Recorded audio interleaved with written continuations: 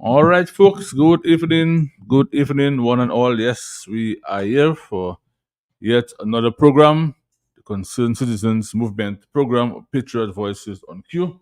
And I am your host this evening, and my name is John Blanchard.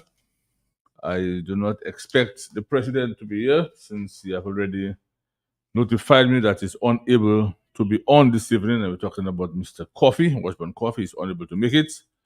But however, we will be linking up with our brother Zed Lloyd and Dr. Dion George about the 6:30, 6:35 there about hour this evening. This evening, unfortunately, we do not have any spiritual message since our dear sister Mrs. Amina Vidal Valentine could not have it on time for us. And we do understand sometimes, you're very busy and preoccupied and these things happen at times. So we understand and we just want to thank her, for all that she has been doing for us. There's also no opinion page, of course. We've not had one for some time. And Mr. Scribe, I know you are listening, so you've got to do something about that. So we want to have I am opinion page this evening. But like I said, we will replace the opinion page, so to speak, with some discussions with Brother Zed Lloyd and Dr. Dion George. And the topics we're going to touch on this evening, we're basically going to have some discussion about electoral reform. We want to keep that on the front burner. And of course, we will talk about all the garbage and so on, the rubbish and the potholes all over the country. It still exists, and therefore we have to have some discussions on that as well. And we'll also have a short discussion on the Carib Council inauguration that took place a couple of days ago, and we will talk a bit as well on basically the Dominican life, so to speak, the quality of life of Dominicans, in terms of high cost of living and so on, as opposed to other neighboring countries. So with this few discussions, we should be able to wind up things in about 2 hours by 8 o'clock hour. All right, so I want to thank all you guys who have already locked in, and those of you who will lock in a few minutes from now. I know you will be part of our big program this evening. So let me thank all of you for being on board wherever you are listening from. All right, it's now 6:01 in the studios of Q95 Radio. And we always welcome the presence of God in our midst before we do anything here. And so we're going to have our usual song. It's almost like our theme song now, Down on My Knees. We'll have a short roll call. Of course, I will call the greetings list very quickly before we dive into the midst of the discussion this evening. All right, so please take a listen at this time.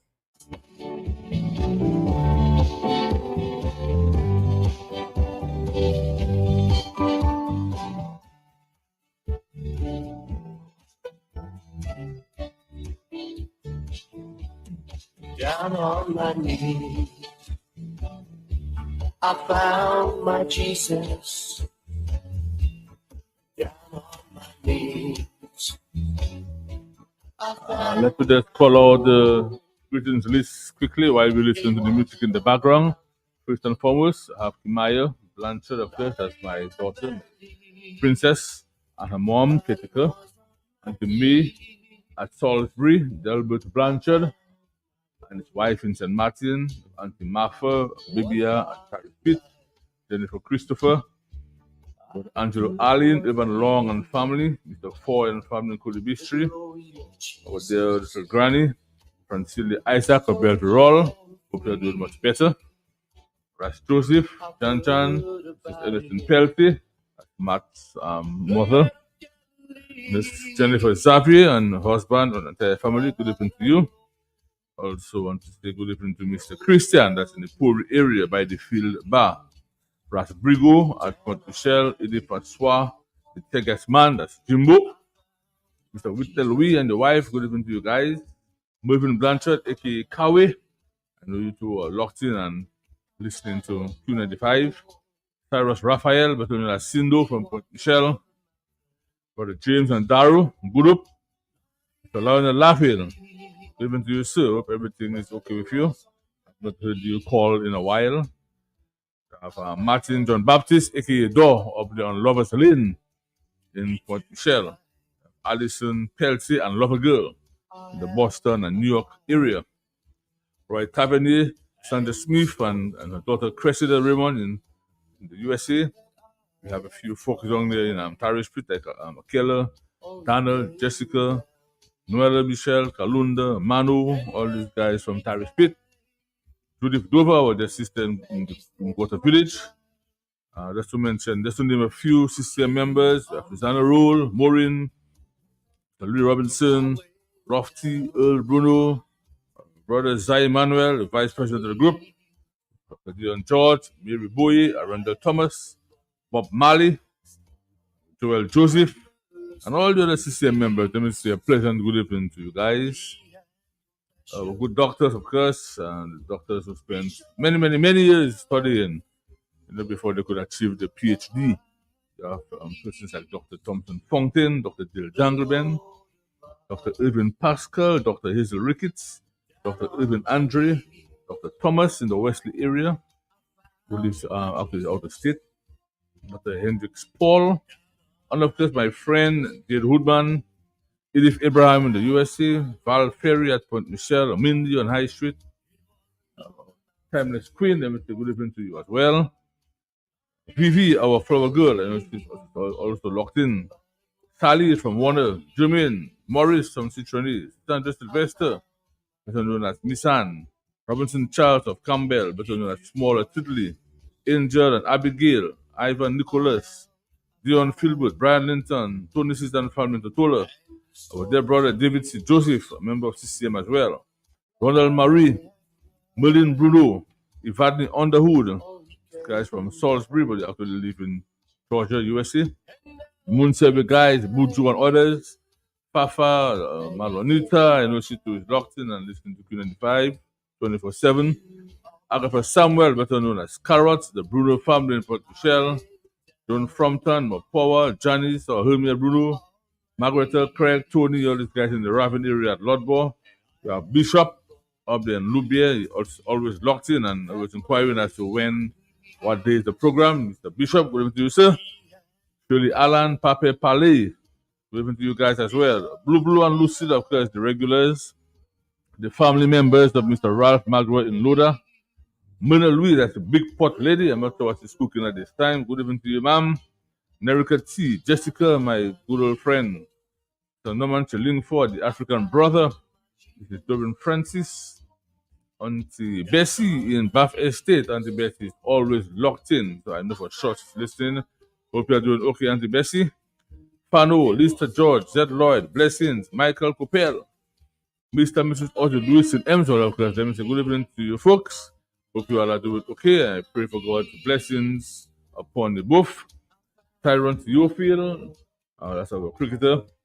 Lappertman as well. Anthony Scotland, better known as Willie, up in Lapport as well. Our nurses, our doctors, lawyers, post officers, fire officers, Mrs. Desiree John. This number that Rample, you on your husband down there in Pottersfield. Let me say good evening to you guys, and we do hope and pray that the Prime Minister will see it fitting one of his good days to give you a big check for your property up there in Wesley. Good evening to you. Norma in New Jersey, Richard in Good Hope, Keith Matthew, Yolanda Roy and Mom Patricia, Adelaide Paul, and my dear friend Olivia Philogene from Collio, and of course all the other patriots. Let me just say good evening and do enjoy the rest of this evening's program.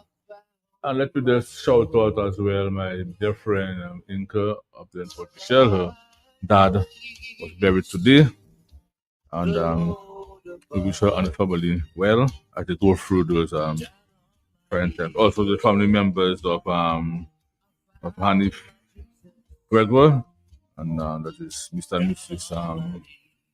Felix Pelche, Shaman and Felix. Gregor, Shaman and Felix Gregor. Let me just wish you all the best and to remain strong. All right, folks, that takes us to the end of the greetings list. Now, 8 minutes after the hour of 6 o'clock. And we are going to open up the lines at this time so you could call in and register your presence. All right, so feel free to call in at this time. The numbers to call are 449-3095, 449-3096, 449-3097, digit number 616-4257, and overseas number 305-432-9624. All right, so feel free to call in at this time and just record the presence wherever you're calling from, be it Maho, Capuchin, Portsmouth, St. Joe, Layo, wherever you're calling from. Just give us a shout and let us know that you are listening to the big station Q95. Right.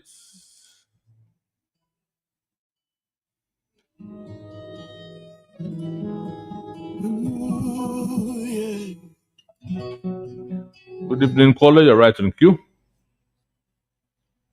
Good evening, caller. Mr. Caller.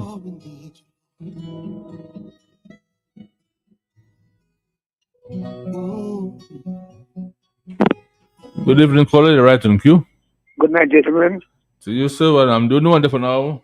I am calling from good area. Goodwill. And I'm listening peacefully. That's all about it. Peacefully. It's a good program tonight. That's right. Thank you. Thank you. All right.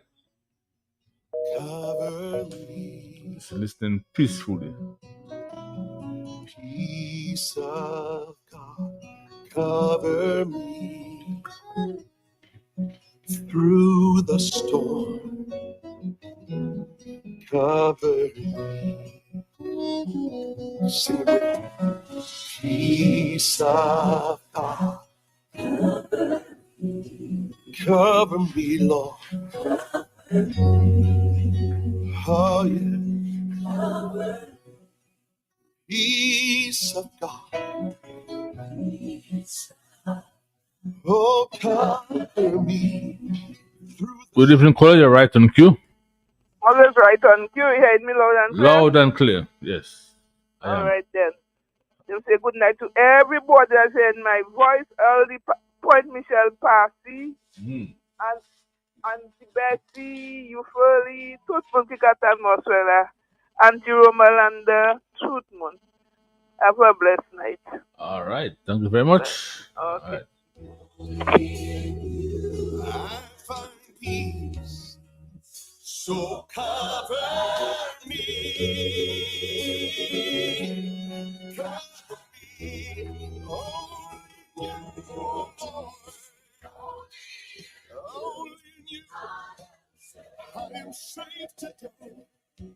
Oh, only you, I'm secure. Oh, Lord, only you, find peace.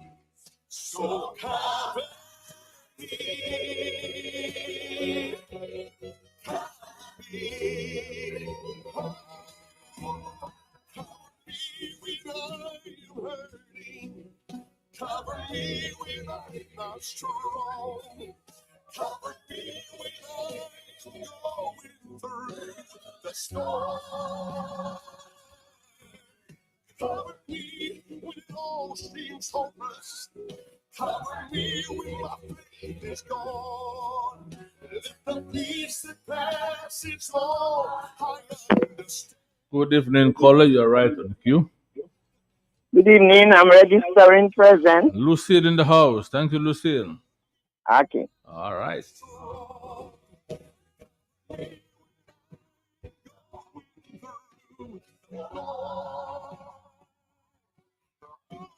Good evening, caller. You're right on cue. Guadalupe is locked in this evening. Guada locked in. Oh, that's good to know. Yes. All right, sir. Thank you very much. All right. Oh, Lord.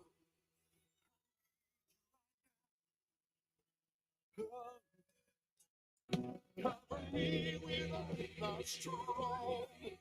Cover me when I'm going through the storm. Cover me when it all seems hopeless. Cover me when my faith is gone.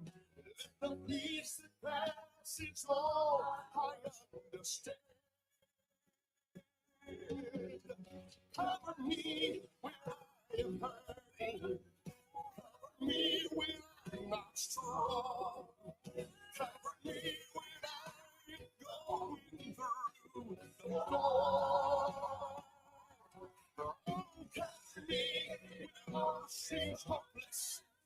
Cover me when my faith is gone. Let the peace that passes all I understand. Cover me, oh Lord, I need you right now. Yes, call for me. Please cover. Let me say good evening to Jean Toussaint Oh yeah, up there in the UK. let him cover you right.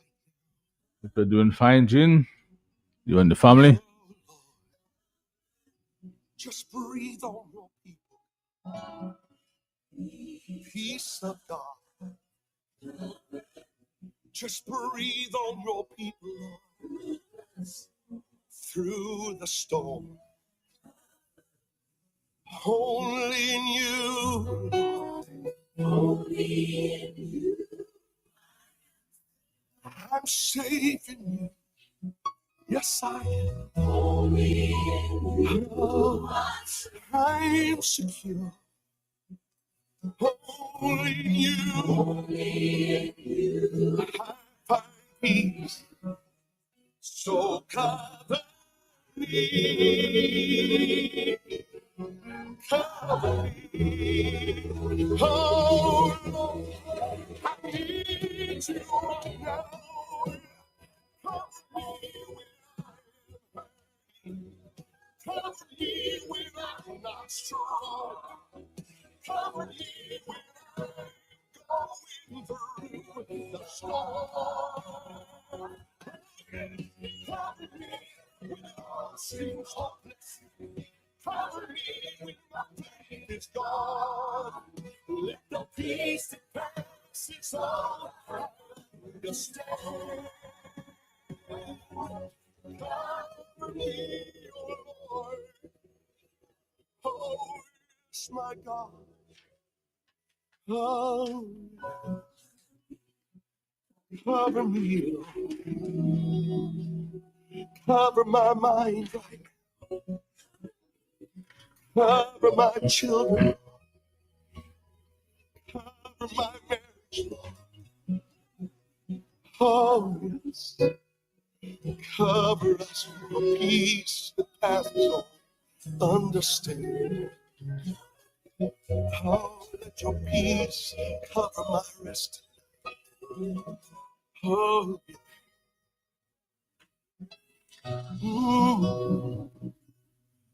mm, sweet Jesus. All right, folks. Since there are no more calls, I think I'm going to have a short discussion from now until about 6:30 until we link up with Brother Zed Lloyd and Dr. Dion George. All right.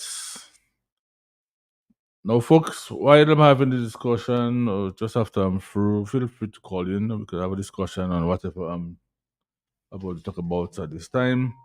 And like I said, we want to keep the subject of electoral reform on the front burner. All right. And we have heard much talk about it. We have heard the Prime Minister talk. We have heard members of the ERC.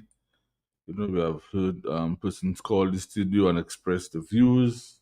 We too, as a group, CCM, we have also spoken on electoral reform for many, many, many years, particularly when Loftus Duran was president of the group. He actually had a series of meetings around Dominica, all over the place. I was there with them, not even a member as yet, but I just used to follow the group and join them at the meetings at St. Joseph and in Valley and all over the place. So we have been on the ball for a very long time, and we have not given up, and we have absolutely no intentions to give up until we get proper, genuine electoral reform. Now, at our last program, that's about 2 weeks ago, and just to remind you that the CCM program is held the second Friday and the last Friday in the month, all right? So try to keep that in mind. It's the second Friday and the last Friday each month.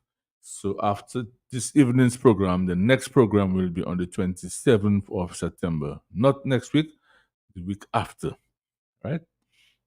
So at our last program, that was on August 30th, 2 weeks ago, we asked the questions, what's the holdup with the much needed reforms, and who is holding up the process? All right, these questions are very critical. We were also inquiring about the Electoral Commission and the ERC. What were they saying about the whole electoral reform situation? We have not gotten answers. I believe the ERC, that they're doing the best, having meetings and so on, having discussions, and doing what they can. The rest is up to the people of Dominica to decide where we are going and when we are going. We want again this evening to say to the powers that be that this is a long, outstanding matter. We have been talking about reform for many, many, many years, probably from since 2005, 2008, thereabout, and actually hyped up a bit, let's say from 2015, right? So it's a long, long, long, long outstanding matter. I mean, a lot of money was paid. A lot of money was paid to Mr. Byron, Sir Dennis Byron, over $500,000. It's about $650,000 or $700,000 was paid to this gentleman. He gave his recommendations. So the taxpayers' money was used to pay Dennis Byron. And what did the government do? They set aside most of his recommendations. 90% have been set aside. And then you use your AG to put what he wants to take to Parliament for approval. Dominicans, I'm saying to you this evening that that should not be allowed to happen. We cannot allow these guys to go to Parliament with what they are proposing or what they have put together. Because I don't think it's no longer a proposal, because what they have there, that is what they intend to Parliament and to pass as law.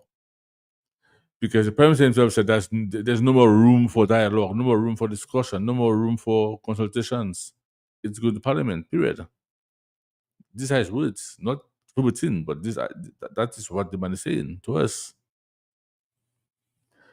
And so we now are the ones to stand up and to decide it is not going to happen. Whatever it takes. Whatever it takes. They want to take to Parliament legislation to have ID cards. Because we're making a lot of noise about ID cards, we are ranting and raging about ID cards. So they decided, you know what? Let us appease them and give them ID cards. I think that is one of the things that they are making the most noise about. But guess what? They are not giving any details in that proposal, in that legislation, as to what exactly is going to be on the ID card. Can you imagine that? They are not saying what is going to be on the ID card. So they're leaving it up to probably the commission or the chief election officer or whoever. But it is not saying what is on the card, and that should not stand. It should not stand. We, the patriots, we, the citizens of this country, should decide what is going on this voters' ID card. And we will reiterate again tonight and say to you, Dominicans, that on this voters' ID card, there must be your date of birth, the voter's date of birth, the name, the address, a picture, your signature, your voter's registration number, very important, your constituency, the polling district, and fingerprint. I had my discussion last week about the fingerprint, and some persons felt that it's important and it should remain. So we are saying all of these should be on the voter's ID card. And I'll tell you why some of these, all of these items are important. If we don't have these things on the card, it can be manipulated. It can be and it will be. For example, and I think I made that example before, if a guy name is John Brown, he lives at Point Michelle, so he votes in the Soufriere constituency, John Brown. Okay? So he casts his vote at Point Michelle. Then he knows that there is a John Brown in St. Joseph. And that John Brown is out of state, or maybe sick, bedridden, and can't vote. So he decided to go to St. Joseph, go to the polling station, and say, "My name is John Brown." He shows his ID card, John Brown. The man is going to vote. But guess what? If on this ID card has the constituency and the polling district, for example, that guy cannot go to St. Joseph and say he's John Brown and cast a vote. It can't happen. It can't. Unless if the agents in the polling stations are Tebe, they will allow it. Because on that ID card that is flashing in front of the people in the polling station, it will clearly show John Brown, Soufriere constituency, polling district, TO1 or TO2. Okay? For him to vote in St. Joseph, it would have to say John Brown, St. Joseph constituency, and of course the polling district and all the other information. So it is critical that we analyze that properly and ensure that we have voters card that is making sense. Not just having a card for having a card's sake, but rather a voters card that will make sense. Okay, and it won't be able to be manipulated. You will to play around it because you have all the necessary and all the relevant information that should be on the voter's ID card like we have in the other countries. So folks, that is critical. That's why I spent a little time on it because it is very, very critical.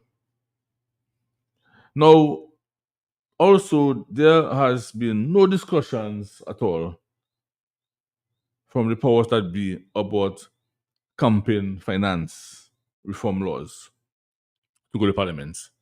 Absolutely no discussions. Neither is it part of the proposals on the legislation to go to Parliament. Nothing at all.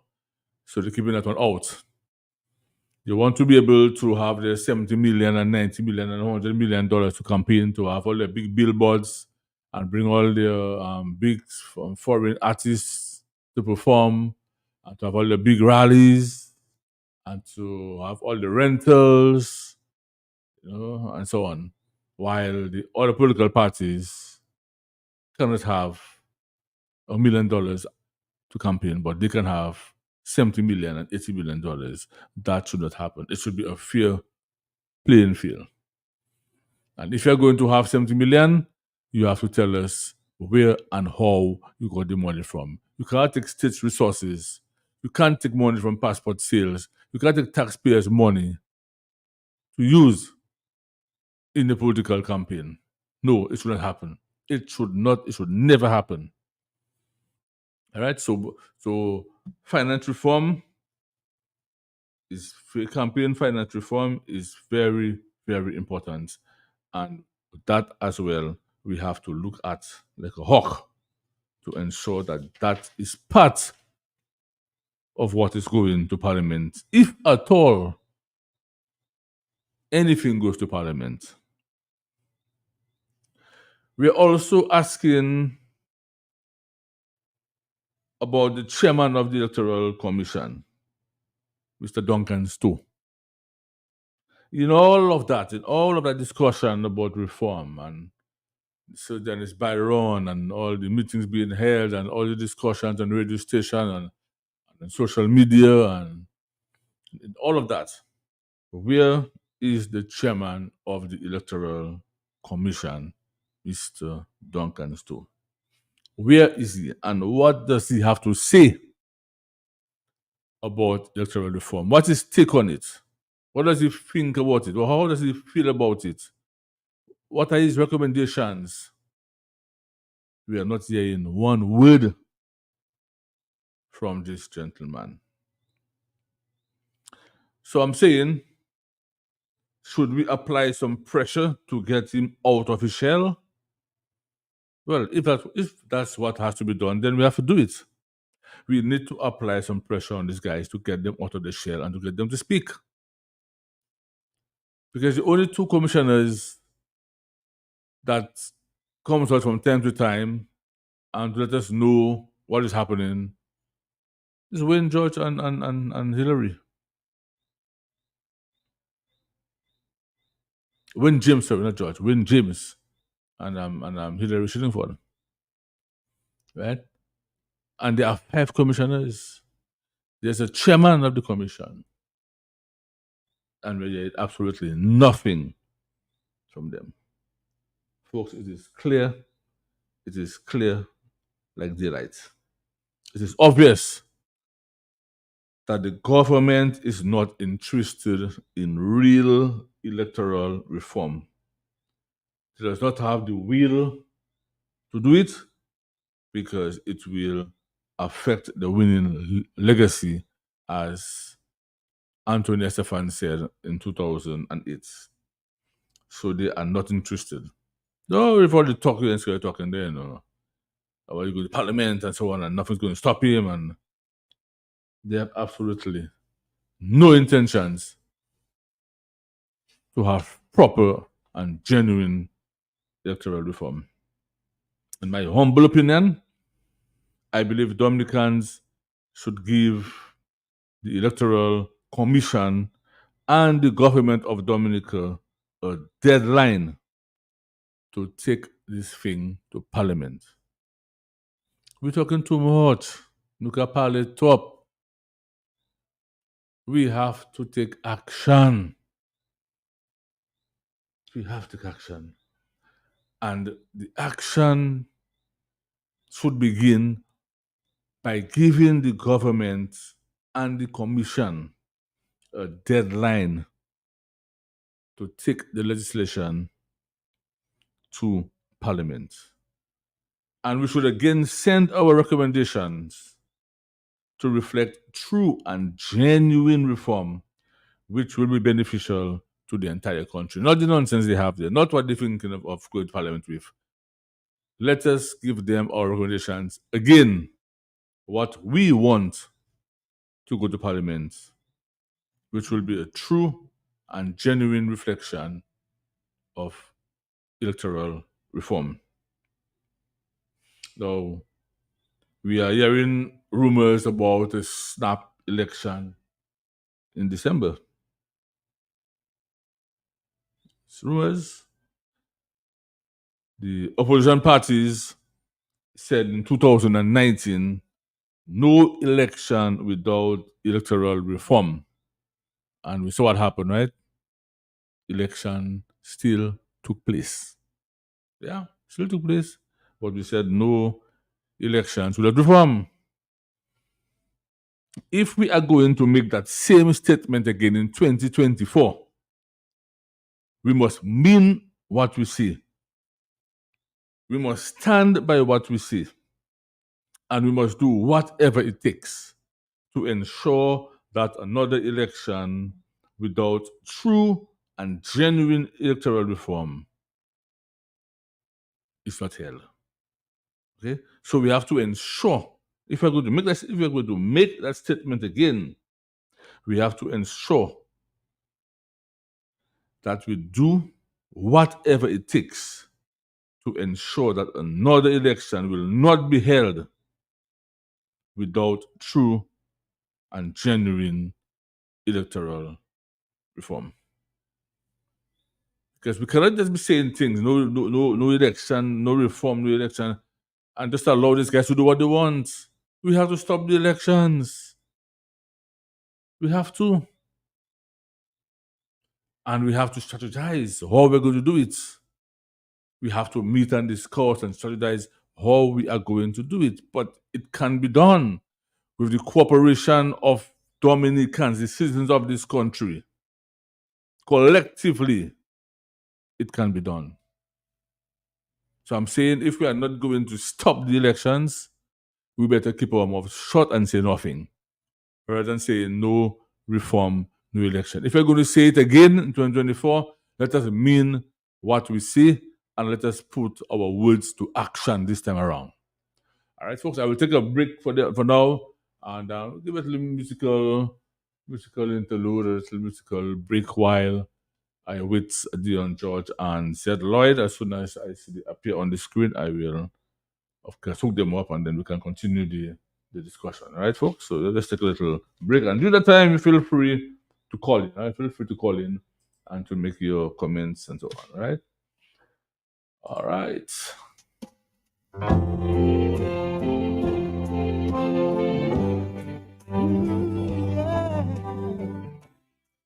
We worship you, Lord. Yeah. Come on.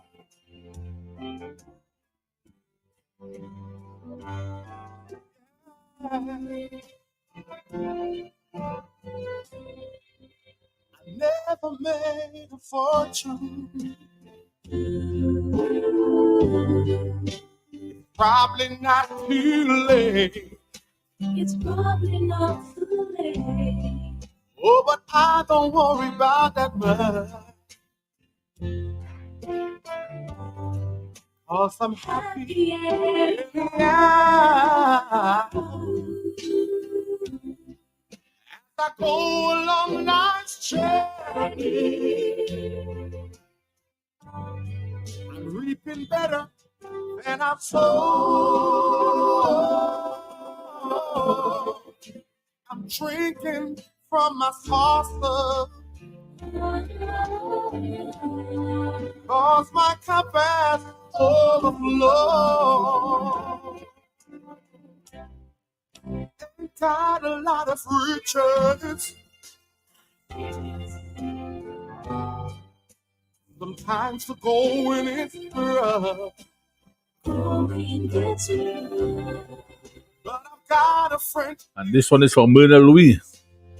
I know she loves this one. And that makes me rich enough. I thank God for all His blessings on me and the mercies He's bestowed. Good evening, caller. You're right on cue. Yeah, you said it right, that all the members of CCM, and we have a lot of lawyers here that can help put that thing, make that thing work. Put pressure, keep sending all the people we have overseas. We have a lot of brilliant people overseas. Mm-hmm. Start to send letter to the, how you call them again? Institutions? Electoral Reform Reform. Commission, all of them. Mhm. Send letters inside there and pull up inside there and just put them under pressure and give them a deadline. Of course. That should be done because we have a lot of intellectuals outside here. In Dominica, we have them. Push letters on them people and tell them we're not going into another election without proper electoral reform. We're not saying that, and no, we can stand by and say that passed by, No, we have to do something. That's right. And when you say all of us Dominica, not say Dominica, no truth. Everybody. All on board. All on board. Everyone on board. I'm reaping better than I've sown. I'm drinking from my saucer, 'cause my cup has overflowed. Ain't got a lot of riches. Sometimes the going is rough, but I've got a friend in Jesus, and that makes me rich enough. I thank God for all His blessings on me and the mercies He's bestowed. I'm drinking from my saucer, 'cause my cup has overflowed.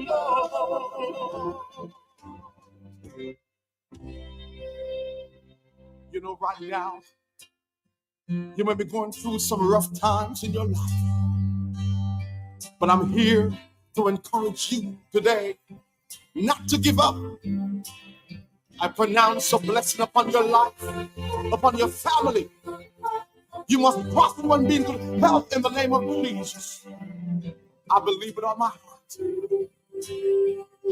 So Lord, help me not to grumble and complain of the tough roads I have on. I'm drinking from my saucer, cause my cup has overflowed. And if I should go on living, should the way get steep and rough, I thank you, Lord, may I ask for your life, upon your family, glory, help in the name of Jesus. Blessing I think I'm seeing my brother said Lloyd is on. Brother said, can you hear me? Yeah, I can hear you loud and clear, brother. Sorry for being late, God help, and city business. No problem. I'll get you. Apologize. All right. I've not seen Dr. Dion as yet. I'm still looking out for him, but I suppose you should join us soon.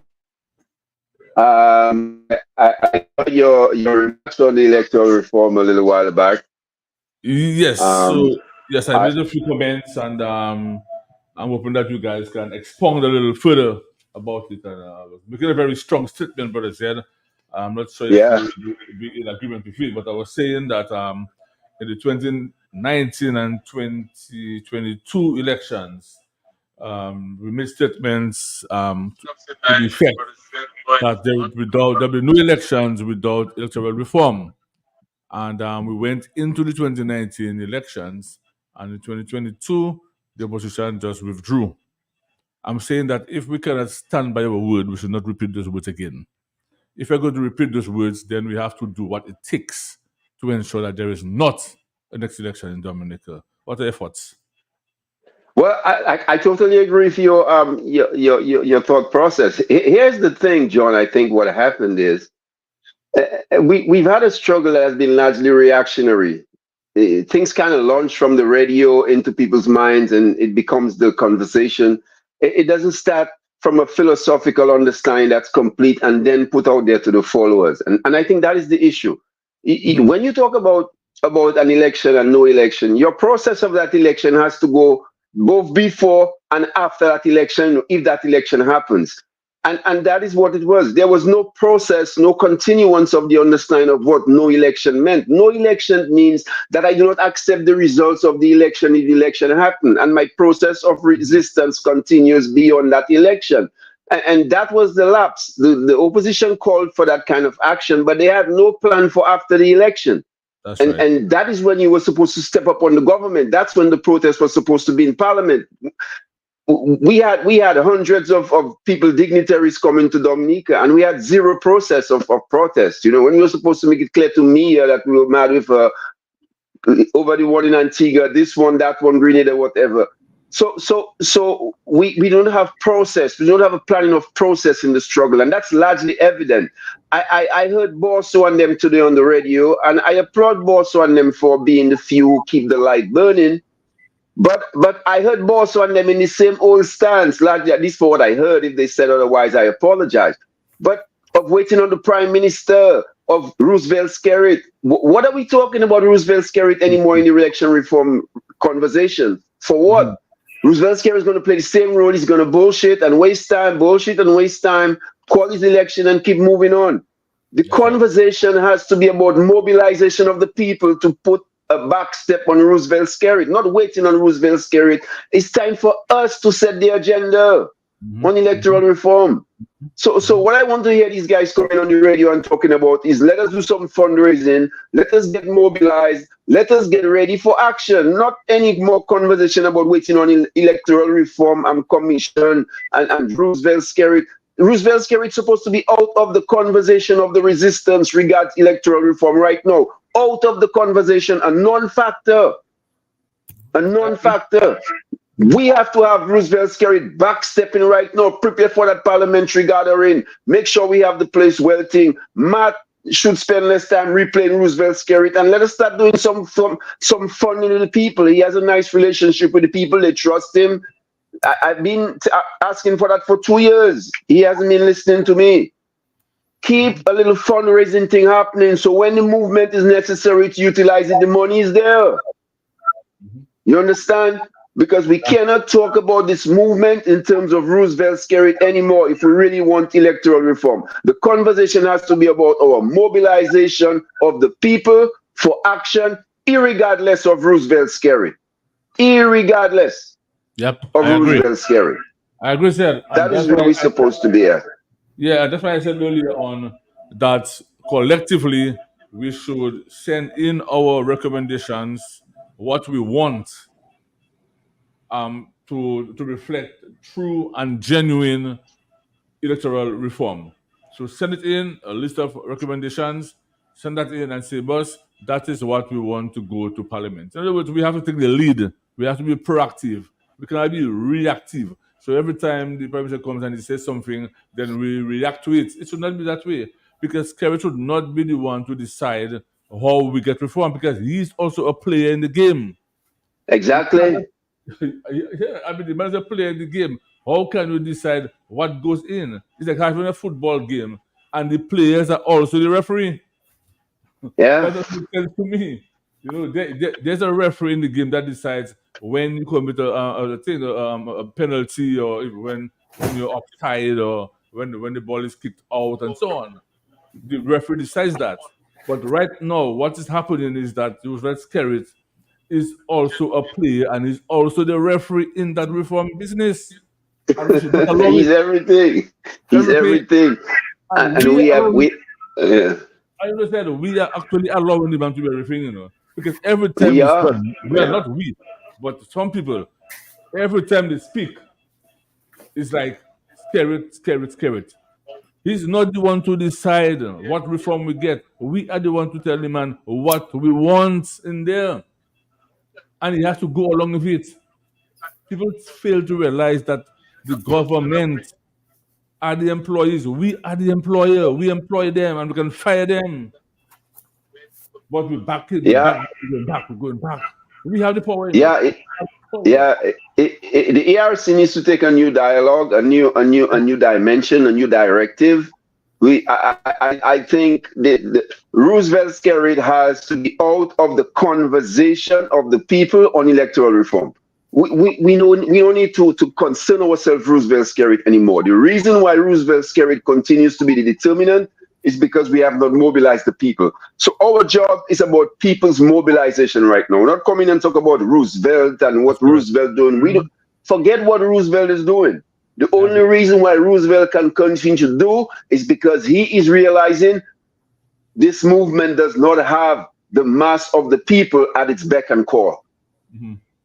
Yeah. You understand? And as long as we don't mobilize that beck and call concept, we will keep on getting played by Roosevelt Skerrit. They're assuming it's going to be nobody coming. They're assuming it's so we have to do that underground work. We have to do that road mobilization. That is what, and I wish the radio station would do more a lot of that. I wish Matt would do more of that in terms of those things and just replaying a whole bunch of speeches from Roosevelt. And you know, we have limited time, man, to do mobilization, and you know, so let us work those hours more proactively. Let us do a little funding, even if it's once a month, you know, little sacrifices, whatever. But you know, if we keep it in the consciousness of the people, you know, and even the diaspora is frustrated due to the lack of action at home. I'm telling you, I deal with the diaspora on a one-to-one, and it's very difficult to get them to support materially right now unless they see some constructive, argumentative sense of action by the local people. They are not going to get enthralled about. I'm thrilled about, you know, putting their hands in their pocket and helping the struggle. I'm telling you, I've been dealing with them for years, and it's not that they don't want to, but they need to see some measure of constructive stance by the resistance, you know. And I mean, I don't know. I mean, when you put electoral reform, when you put the conditions of bread and butter in the country, when you put the conditions of energy, when you put the conditions of increasing of taxes, basic taxes, when you put the water issue, when you put the light issue, when you put these things on the table in Dominica, and the people, are not more. I cannot blame the people anymore. I cannot blame the people for not being mobilized. The factors are there. It's how we are utilizing them. I've been calling for depoliticization of the conversation. I think that's a critical first step.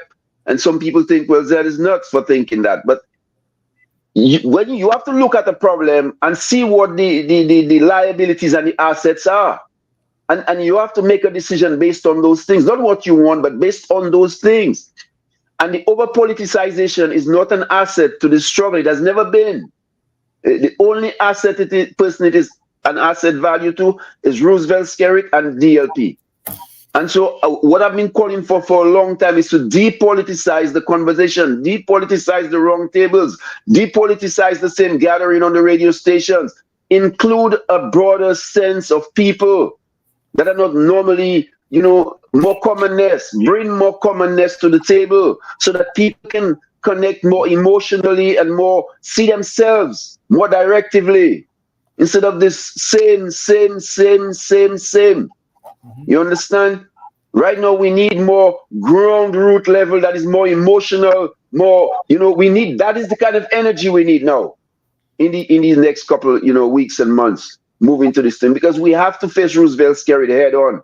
The kind of personality he is, you study him, that's what he is. Unless he's challenged and made to step back, he will not step back. He will walk all over you. And that's his persona.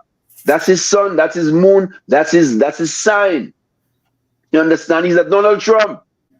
He's a Donald Trump. The only way you're going to deal with Roosevelt Skerrit is to step to Roosevelt Skerrit.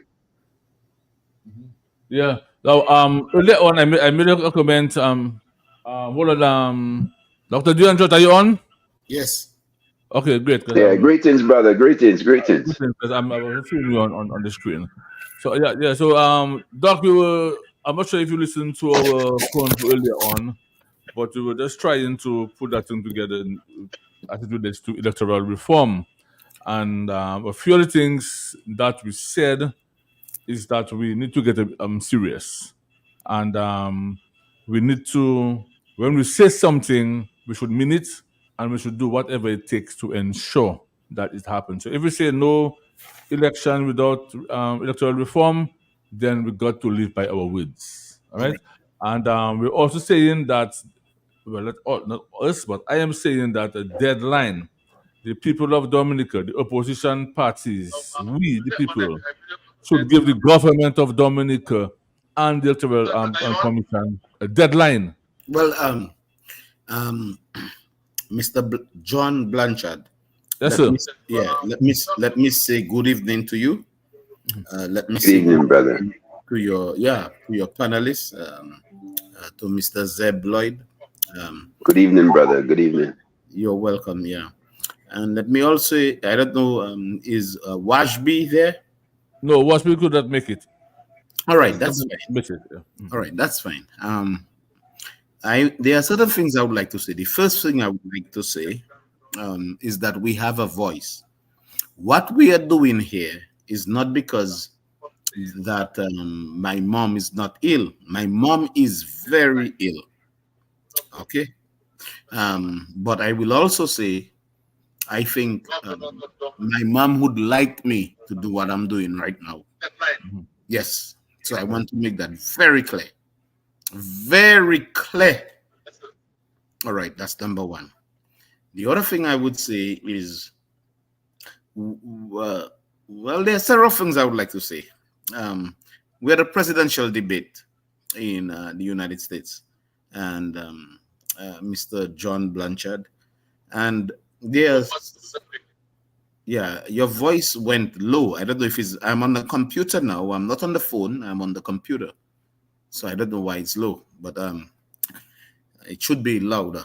So what I would say is, You're quite clear, Doc. You're quite clear. Okay, good. Thank you. Yeah, I would also venture to tell you there are several things I would like to bring up because I think it also applies to Dominica. And what I would also say in my introductory statement is the view that do not underestimate the debate with Donald Trump and this young lady. I call her young, but and I think she won, Ms. Harris.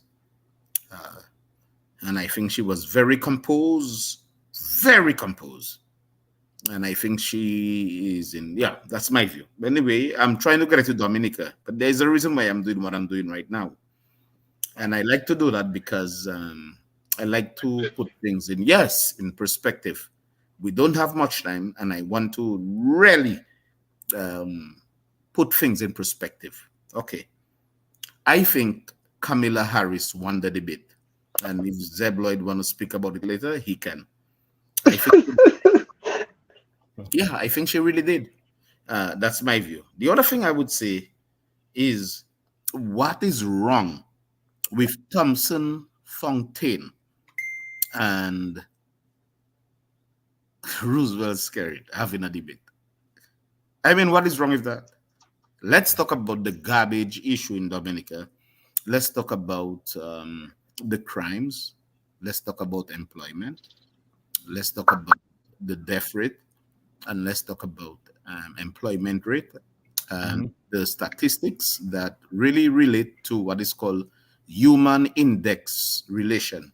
And that's what I have studied my entire life. I just recently started working back at the school, which is my alma mater at Clark Atlanta University. They called me back to teach what is called public relations. How does government works? And the essence of what I'm saying here is there are certain things that is happening in Dominica. My friend, Mr. John Blanchard, the view that lights keep going off. That's what I'm hearing. I'm not here. And I cannot speak independently on that. But what I can say, I don't like it, if that's true. I do not like the view that water keeps going off.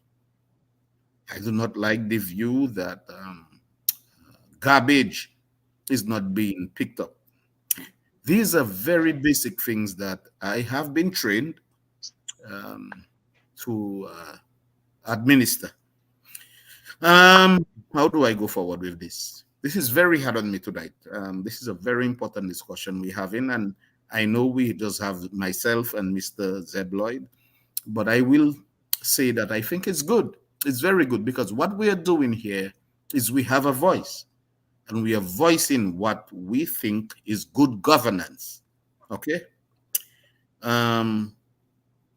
They should not take the water from Bath Estate or Salisbury or any part of Dominica so intermittently. That's my view. The light. And so what happened is after so many years of independence, it seems to me, Mr. John Blanchard, that we have not acquired what we should call independence. That's my view. I want you to think of that. The other thing is, I would say, for example, one of the things that our Constitution do provide us is the right to protest. Yeah. In fact, in the preamble of it, it says that it's not Dr. George who said it, it's John Locke. Again, people say that, oh, he is very theoretical. But theory brings policy, and policy brings amendments and adjustments to laws.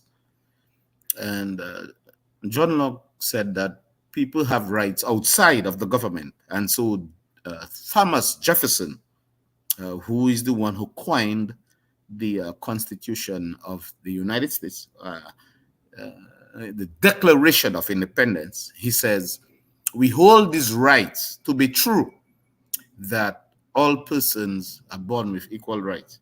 And I'll go fast and say it very quickly, that all men were created equal. At the time, I will tell you that they did not consider black people as men. But at the time, they said all men, yes. But he said with certain inalienable rights, meaning that these rights are innate. Innate meaning that it did not come from the government. It really came from God. And he said it, you know. He said it came from the Creator, of which are life, liberty, and the pursuit of happiness. And that if any government would abridge these rights, it is the responsibility of the people. Again, I want to be very careful how I say this. Yeah, because I work for a state university and I have to be careful how I say this. Yeah, he says it would be the responsibility of the people to overthrow the government and elect a new one. There's another person, Thomas Twain, who said, common sense. It's a book he wrote, like a book. And he basically says that if a government is not serving you, then you should change them. I don't want to use the word overthrow. I don't want our program to be a militant or a revolutionary program. No, I want it to be decent. I want it to be educative. I want it to be what it's worth. And I am spending my time here to share my views that I think that if the government is not working for Dominica, that they should change. The other thing I should say is I think the Caribbean is taking a view now I do not like. As a political scientist, I do not like the view that Argentina in 1976 to 1983 had a full dictatorship, that Cuba had a full dictatorship. Now, don't get me wrong. I'm not telling you that Fidel Castro did not do good things around the world, but he was a dictator, all right? The Dominican Republic did it as well. Grenada did it as well. And my friend, I can humbly tell you, with every due respect, I am very afraid of where I suspect Dominica is going. And I would like you to consider my introductory statements, and then you can come back to me and we can talk about it. That's my view. Thank you. All right, Doc. Thank you very much for your comments. And of course, we know you always have some good contributions. Just to quickly read out a few comments. I see a few persons live following us. Thank you, Marlene Chillingford, for the greetings. And we also have Andy Matthew that is telling us the program is good so far, and we support every word that is authored, discipline, and the mindset that we have, that we should have towards this wicked and relentless government. Let's keep the fight going. And we have Andy Matthew again saying, Brother said, love your vibes. That's the idea. Totally agree with Brother said. Brother said somebody's bigging up. And this also agreeing that we should give the government a deadline. And he says it's time for us to organize and mobilize robust action, boots on the ground, and get to the streets. All right, so there's a few of the comments. Just want to get them out there. But I said that you can continue. I think I'm going to get a break for now. Go ahead with your. Well, I think, Brother George, the last program we were on together, I think Brother George was on fire on electoral reform. I agree much of practically what he said, and which we're at an 11th hour. We're at an 11th hour, and if we're at an 11th hour, it means our mindset needs to be an 11th hour mindset, and so that is what I want us to be cognizant. That's what I want us to be cognizant of at this juncture, and I think even CCM, John, needs to have. I know it's difficult. Folks have to work, and RASB is involved in a lot of other things. But I think it's time for a roll call. As to who within CCM are really prepared and ready for the 11th hour sort of mindset. I think a roll call needs to be taken, to know who you really have, who's really ready for this level of what needs to take place. And those kinds of mindsets, I think it needs to come from these groups, a sense of aggressive readiness. I will not take it revolutionary as Brother George cautioned, but I am saying we were not the ones who created this need for an aggressive situation. The conditions and actions of the government has made it imminent to us that they're not interested in our peaceful initiatives towards getting change in Dominica. They have no respect for our issues of peace. They have no respect for our issues of communication and grace and respect. They have no respect for that. And so they have left us with no choice but to move to an aggressive stance. And so that is where I would like us to be moving this conversation regards electoral reform towards an aggressive stance, not necessarily a revolutionary stance on the radio, not necessarily, but to an aggressive stance where we become yeah, Brother George, go ahead. Okay, thank you. You want to say something? Yeah, Mr. Said, I really appreciate you giving me the chance to intercede. No problem, brother. I really appreciate it. I think there's some feedback, though. I'm not too sure where it's coming from, but there's some feedback. Not to my end for sure. All right, it's not to my end. It's gone now. It's gone. Yeah, go ahead. Yeah. Excellent. Yeah. Anyway, thank you, Mr. Zeb, for allowing me to intercede. I want to agree with you. I will want to venture to say that I heard on the radio that there was a case filed, and the case was filed. I heard a gentleman, I'm not sure if I should call his name, but he did speak to Matt, and he said that they have filed the case and it's in the court. I think that is very good. Yeah, I think that's good. The other thing, I think what Salisbury did, yes, we was hit. Yes, they call the military to bombard us with expired tear gas and live bullets. All these things are so sad. And we have some groups here. We have Nitcliffe, and we have other groups. We have other groups, what they call civic groups. All right?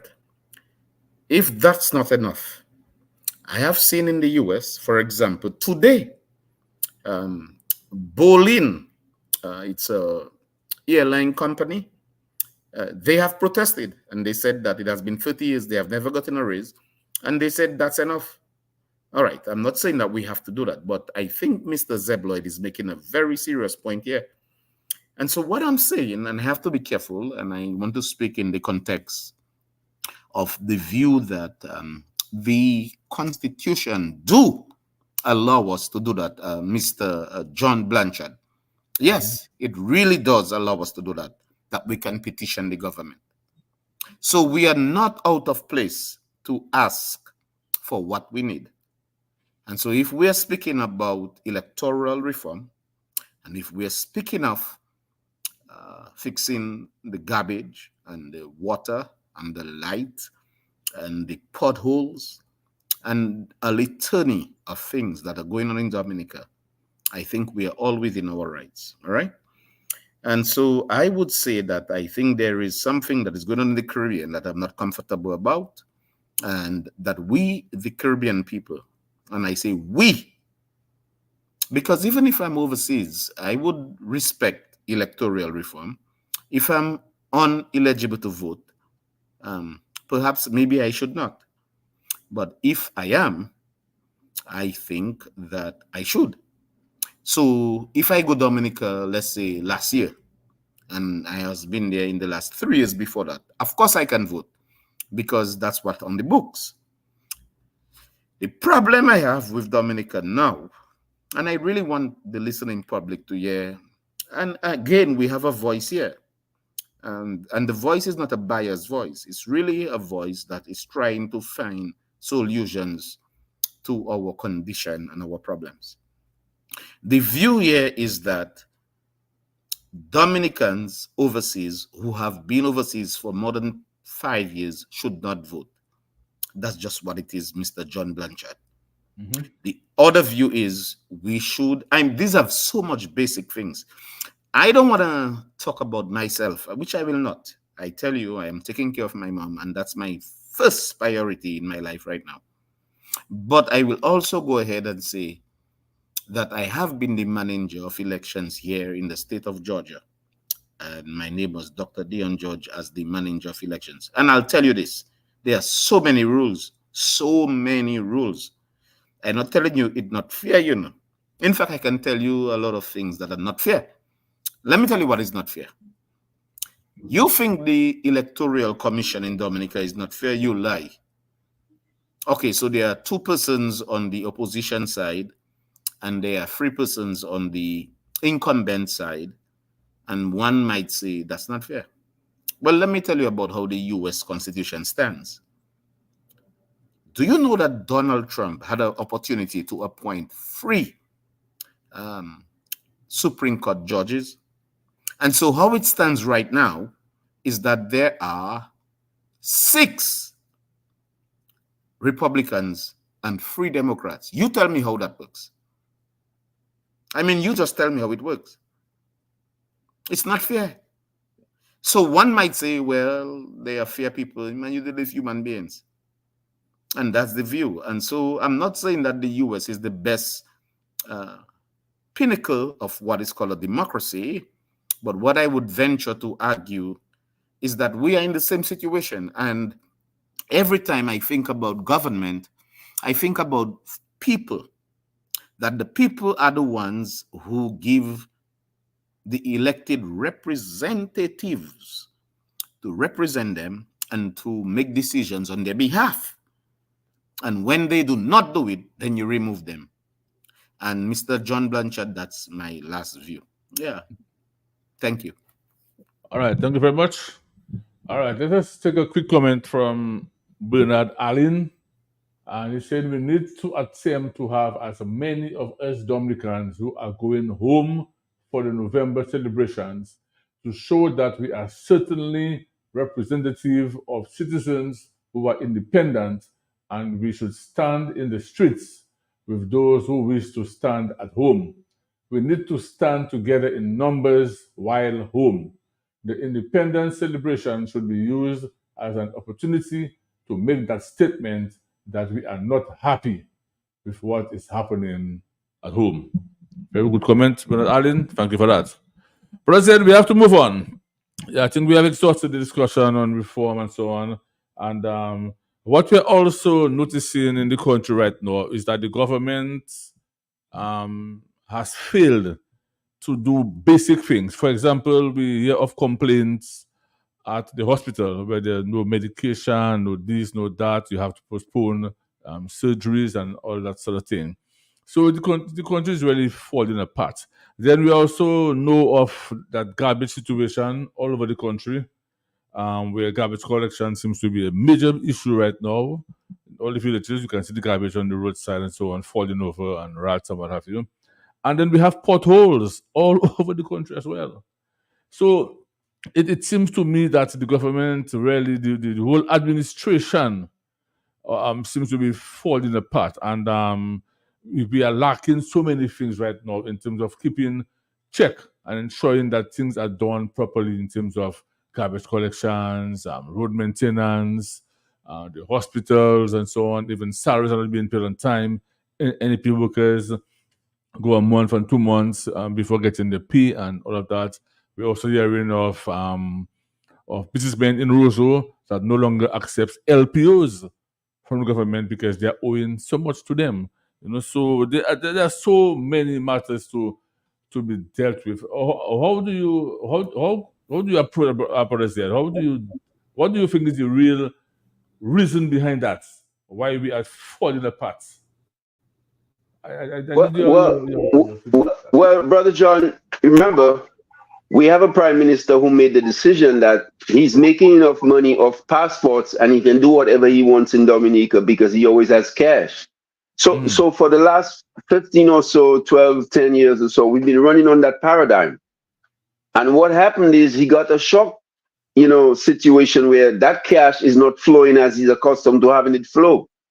So he's personally he's disoriented in terms of governance right now. He doesn't know where he's at right now. He's in a total state of madness as far as governance is concerned. Because here he is accustomed to have that lump sum of money coming at his will and fancy. His whims and fancies can be used by whatever he wants to do. It doesn't get government organization. There is no meeting of parliament. The parliament meets twice a year. That is a deficiency that is problematic of any democracy. And so he has been getting away because he has had that cash coming in to keep on buttering people, running his red clinic, doing things. Whenever things get tight, he just doles out money. That no longer exists. Money is tight on him. So everything is now in disarray. But I am not so much concerned about Roosevelt. I am concerned about the people. And in this sort of despotic reality of extremes in terms of sacrifice, that we still having a hard time mobilizing the people together to put the government straight. So that is more my concern than because the conditions on the ground, John, in any normal country, they're ripe for the removal of a government. In fact, in any other country, the conversation would not even, the conversation would not even be, and it would not even be a conversation about the government. It would just be a removal of the government in any other regular country.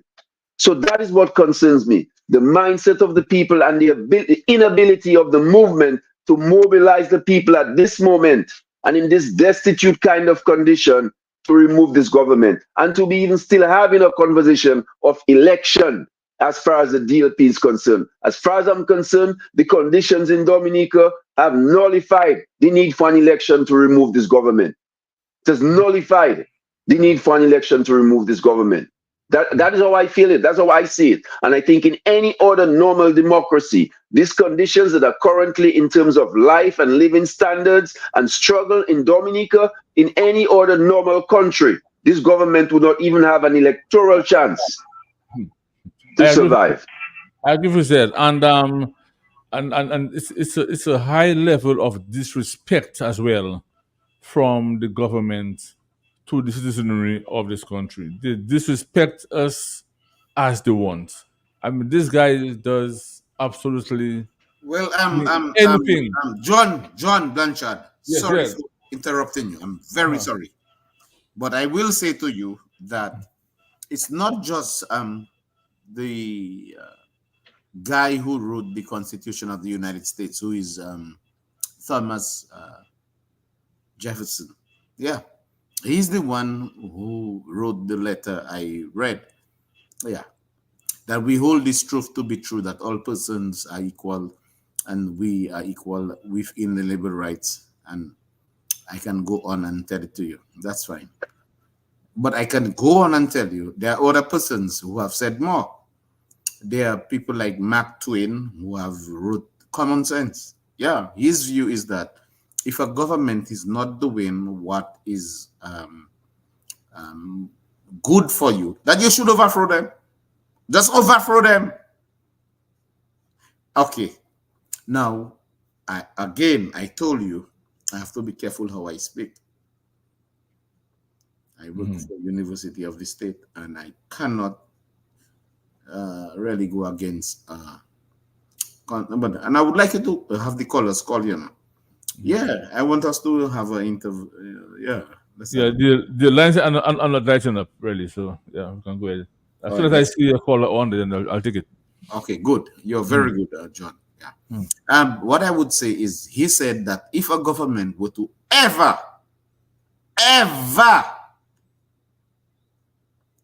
infringe on a government, it is the responsibility of the people to take care of it and overthrow them. And I believe Dominica is at that point. That's my view. I'm not saying that Dominica should be in a violent place. I'm not saying that. The answer is no. I would like you to entertain the public, hear what they have to say, hear how they think, because at the end of the day, the government belongs to them. And I think Zeb Lloyd, myself, we are outside, but we do care for the public of Dominica, and that's my view. and I would like them to come and say how they feel. Yeah.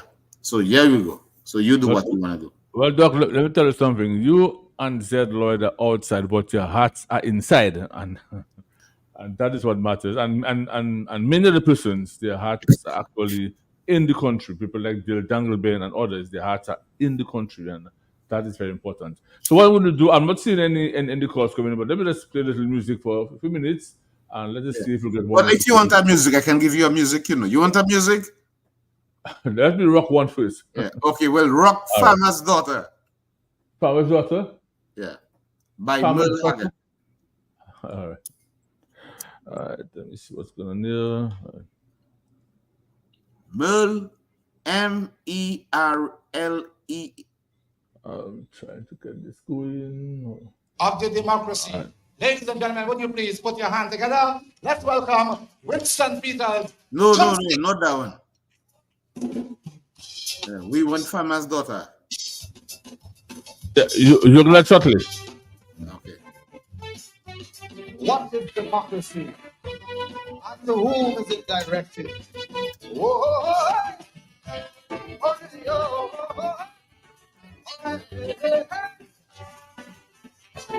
All right, folks, it's now 7:21.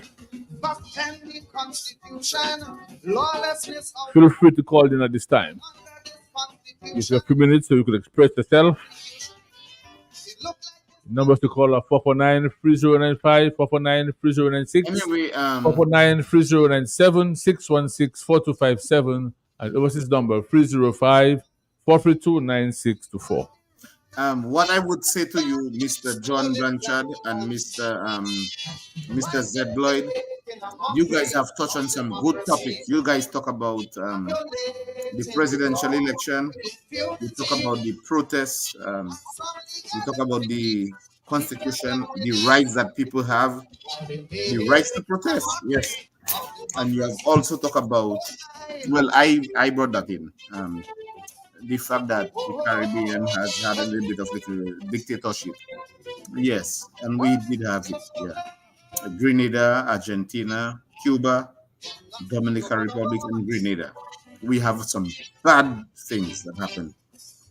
And that's our view. And I think we have a voice tonight to voice it out. And I think this is educative.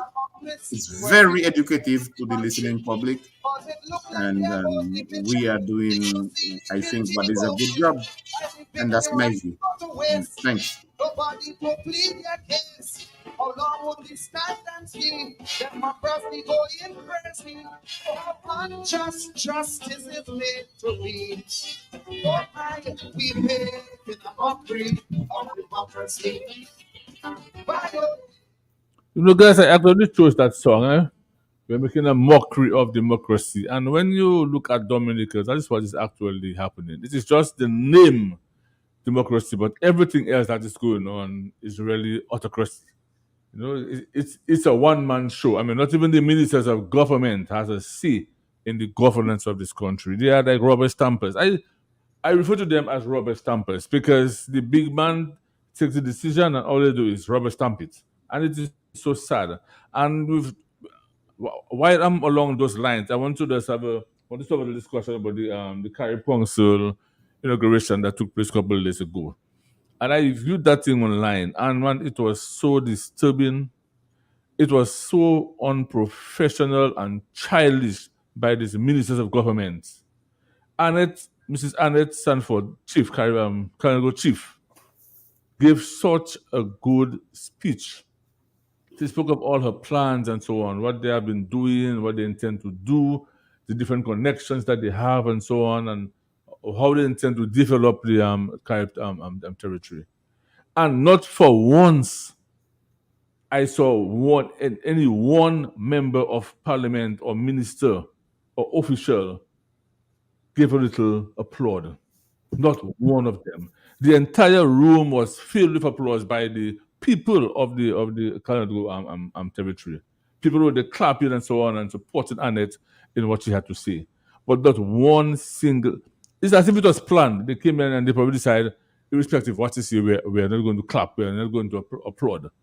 And that was so childish. I mean, I could not believe it. I actually put a comment while the program was going. I actually put a comment and said it is so sad to see persons that are supposed to be mature, intelligent, and so on to Yeah. be acting in that way. I mean, it's And I would agree with that, and I would graceful. agree. What I would Good, say, good. as one who have taught American government for over 20 years, as one who have taught public policy now, I'm teaching PhDs, and I say that very humbly. When I say humbly, my brother, I don't want to be specific, but to clean my mom. When I say clean, I mean clean. Yeah. All right. That humbles me. All right. If persons can come to how you call it, this ceremony of a person who has been elected as a chief of an indigenous nation, and that the government would not recognize her, I think that's what's sad. That she had no recognition. If you are telling me that there were perhaps person there, I don't know, I wasn't there.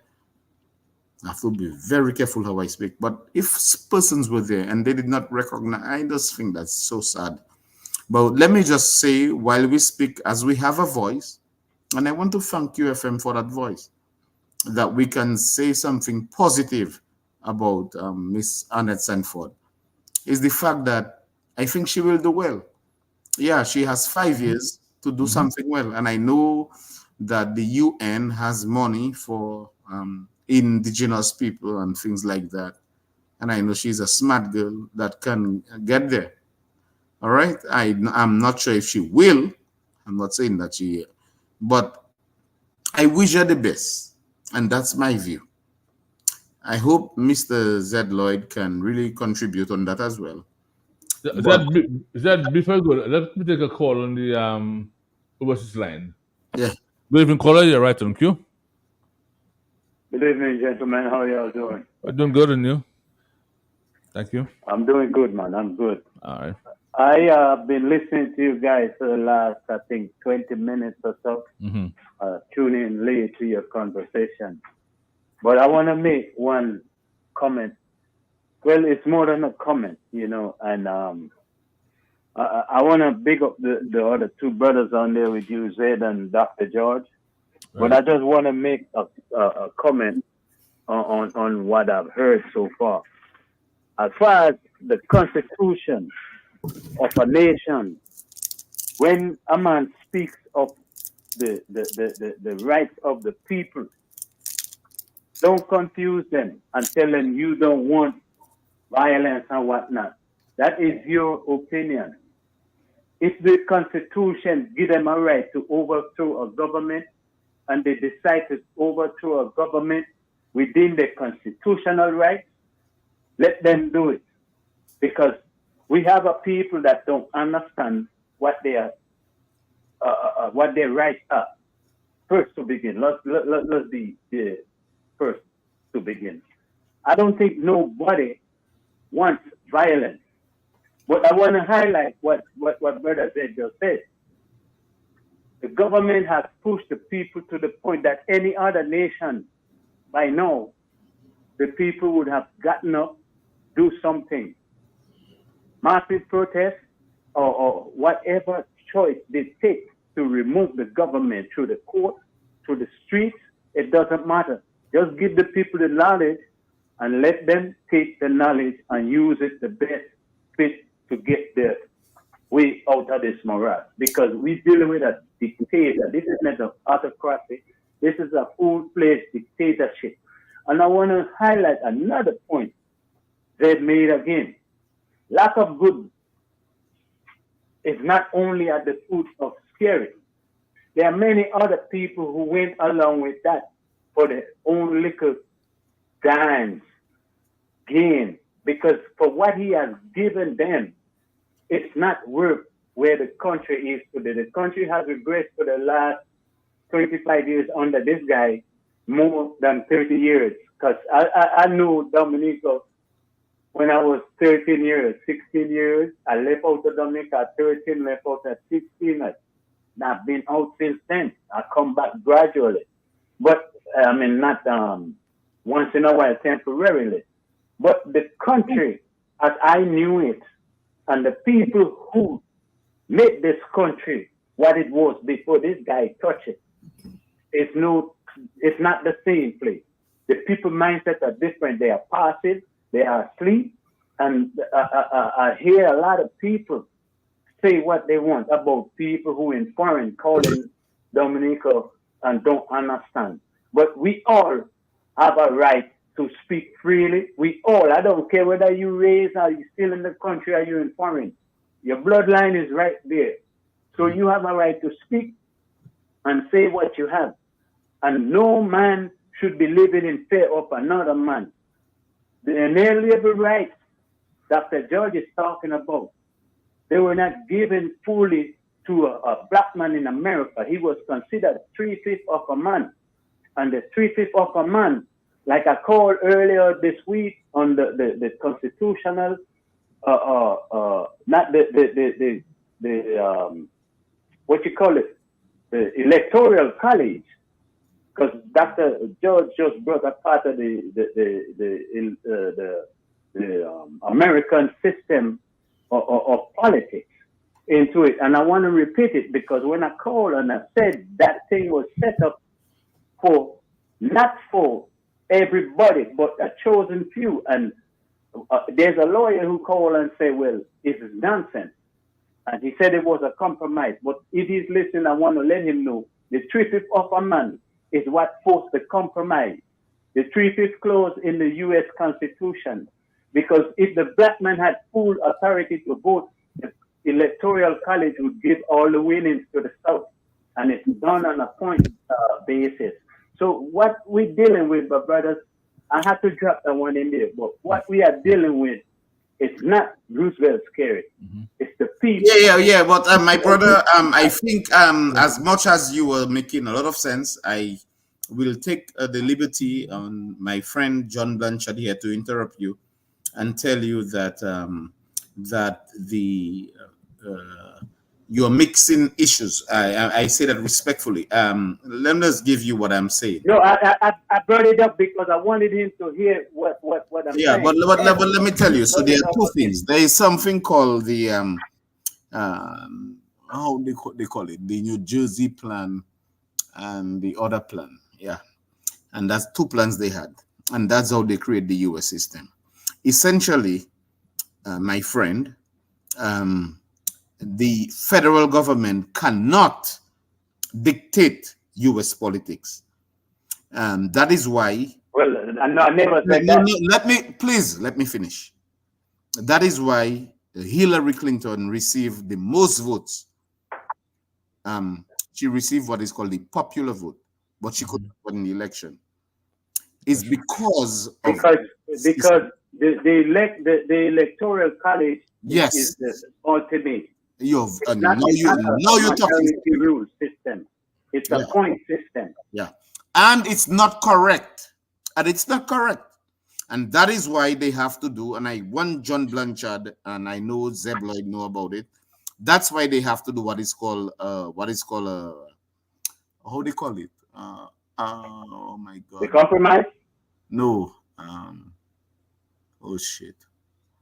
They call it oh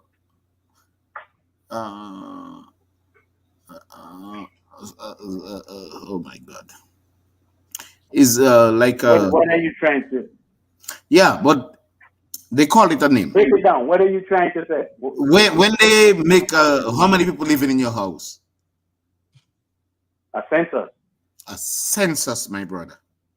You hit the nail on the head. Yeah. And that's what they have to do. That's what they have to do. And that's why let me tell you how this is so deep, and I don't know if Mr. John Blanchard was prepared for this, but essentially what happens is they have 2 senators per state. How many states are there? There are 50 states, correct? Yes. Yeah. And then there are population, and so what they do, they give 2 senators per state. and then they give Right. yes, and then they give a population per representative. Yes, and that's just how it works. So the bigger states get more persons to vote for them, and so sometimes it don't work out well. That's just what it is. It's not a bad system. It's based on the population numbers. I told you. I just tell that to you. Yeah. So it's based on the population. So let's say Texas have a big population. They might get 38. Let's say California have a bigger population. They might get 55. And so who wins the presidency is the one, and I'm really happy that the Dominican Republic is getting this. That's how American politics work. And it's not the best. It's really not the best, you know. No, it's not. What I can humbly say is that but it works better than the rest. Because they have more there are more checks and balances than we. What I would humbly say, it's better than the rest, and I'm serious. Now, I did give you the view of the judiciary, the fact that there is 6-3 on the judiciary, and that's a very serious thing. So when it comes to that's an imbalance. Well, I must say in their defense, what I will tell you when it comes to abortion, you best believe the Democrats have lost. When it comes to immigration, they have lost. And when it comes to so is abortion, immigration, and even healthcare, even what is called the what they call Obamacare, but they call it the yes, yeah. Even that I think might be in problem. You know, that's another thing I try to stay away from, calling this Obamacare. Right. No, it's called the affordable health care system. Yeah. Yeah, and so it's affordable, right? They anyway, so what I have done there for you is I have put things in perspective for you as to how the American government system works. And I have to be careful as much as I speak. But I can tell you. Well, I understand that. It's a great conversation, but you know, I'm listening, and I think it's good that the people get the information and use it wisely and understand it from their standpoint. Because in the end, all right, gentlemen. Garbage is. Yeah. All right, thanks a lot. Because we're heading towards 8 o'clock and we want to talk one to the quick topics. And good night. Yeah, good night. Thanks a lot. Yes, it's a very interesting discussion. And thank you, brother. Yes, I too would like to be part of this discussion. Perhaps we can have probably on our next program or some other program. You guys can maybe talk a little more about the college votes and all of that. No. What is going to happen there? Compared to we can make some comparison in terms of the whole voting system. This election in America there is not easy, you know, because there are certain things, John, we can talk about. For example, and I want you to perhaps, as the host of this show, share your own views. And I respect you a lot. I do love you. My mom's illness has made me very humble, and I will just say Donald Trump is against abortion. Donald Trump is against smoking marijuana. Donald Trump is against gay rights. This is his platform. I will venture to tell you that Kamala Harris is for what she calls women rights. A woman, right? Yeah. So in other words, if a woman wants to have abortion, she can. I don't want to sing to you because I will not, but I will quote some scriptures for you, which I typically do. Isaiah 49 says, if your mother and your father abandon you, I will never abandon you. Jeremiah tells you, what did Jeremiah say? What did he say? Something to the view that, oh my God, it left me. I'm sorry. But something to the view that, I, the Lord and sea of sky, I have heard my people cry. All who dwell in sin and shame, my hand will save. Here I am, Lord. I don't know if you know that song, but essentially he says that even if he says, I know you through the womb, and if your mother abandoned you, I will still be there with you. And so they have views about that. Now, when I say that, don't think I'm being biased, you know. I am not. I can also tell you that the 14th Amendment of the US Constitution says that no state shall deprive anyone of their rights and so forth. And so people think they have rights to do that. But then it becomes, I would take my time and speak, very complicated. And the view, and this is very good for the listening public. The view is, and I want persons in spite of being selfish or whatever, just listen.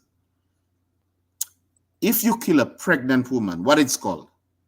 It's called double homicide. Yes. Now, that means the state recognizes a life. It does. Mm-hmm. And Life, so, yeah. yes. And so if you tell me now that a woman has a right to take a life, okay, so if a man were to kill a woman, and this is so this deep conversation. This is deep. Because if a man were to kill a pregnant woman, it's double homicide. Mm-hmm. But if a woman would take a child, you tell me she have a right to do that? So maybe we should have another conversation about that. And I stopped speaking, yeah. Mm-hmm. Yeah, well, see, all of these things are topics by themselves, you know, because there's so much to it, you know, because you could have different views. You could have people from the spiritual side of things, in terms of it being immoral, according to the Bible, and other persons could take it in terms of the economical part of it. So this is a very broad topic for discussion, but thanks for the feedback on that. Guys, it's now 7:42, it's almost 8 o'clock, and we just want to touch on maybe one last topic. It's something that we have spoken about before. We have heard it on the air, we have heard people talking about it in the public, by the bars, on the roadside, on the buses. We've heard people complaining about the whole quality of life of Dominicans. Everybody say they broke, people broke, there's no money. The hardship, the poverty, high levels of unemployment, high taxes, high port duties, custom duties. So all of these things, you know, these are the things that people talk about every day. Of course, there is no real protest or no real fight about it. But you do hear people call and vent out and express themselves of their hardship. Sometimes, many times, maths and so on would have what do you call it, radio phone and so on for persons who want to go overseas for some medical attention, and maybe cover somebody's house, the roof leaking. So I mean, hardship is just all over this country. And what I would like you guys to weigh in on, right, is that we have billions of dollars from passport sales, right? And we can see a few persons in Dominica, particularly those in government, doing very well. You have individuals buying 3-story buildings in Roseau. We have 2 and 3 mansions being built. But yet, we have that high level of poverty and hardship in the country. So my take tonight is, why can the government put some of that money or most of the money into more productive use? Things like agriculture, tourism, manufacturing, you know, build factories, have some sustainable jobs. So the more employment you have, people have money in the pocket, they can spend more, they'll be more independent. But you see, the thing about it is, if that is done, the people will have no need to go back to them and beg. So they deliberately keep the people in poverty so they can be dependent on the government. That is my take on it. So I'm not sure what you guys have to say on that subject matter. But, John, you know, yeah. There's been a common mistake that keep getting made with regard to Roosevelt Skerrit. Like this idea that Roosevelt Skerrit is inherent on having Dominicans poor. I think that is a very foolish statement and very naive. Roosevelt's Dominica is economically in problems because the prime minister does not understand the nuances of an economy. He doesn't understand the nuances of an economy. Roosevelt carried these things in empirical terms. An economy is not an empirical sort of, to create an economy is not necessarily an empirical process. The nuances that are necessary at the initial state of economic building eludes the government because the government does not even get together to discuss the nuances of building an economy. You cannot meet twice a year as a government and have an economic policy that works for the nation. It cannot work, John. It cannot work because you see, you have to have a more concerted, collective creation of a consensus and understanding and reasoning for you to develop an economic model that is more broader in satisfying the needs of the people. If the government doesn't engage in consultation with people, does not engage in discourse in the parliament, does not have opposition processes to bring a more constructive argument, it's very difficult to build an economy in that kind of parliamentary process that exists in Dominica. And worse again, with 16, 8, 17, 18 of the parliamentary representatives being really non-representative in the conversation. In fact, decisions are made and then they're brought to parliament to just sign those decisions, not even being aware of the whole process and the collective nature of those decisions. So the nuances that are necessary to build an economy evades the government because the way the government governs is as a one-man government. You cannot have the ideas for economic nuances in one head. It cannot work. It doesn't work. So Roosevelt's carried idea is I build the airport, I build a big thing there, I build the next big thing there. That's not economy, brother. That is not economy building. That's not it evades the basic tenets of the society, which is the broader allotment of the people. They're not in their development. Yeah, you see, they come as outsiders. Hold on. Mr. Zed Lloyd, I want to tell you something. I am a very respectful person. I think you're very bright.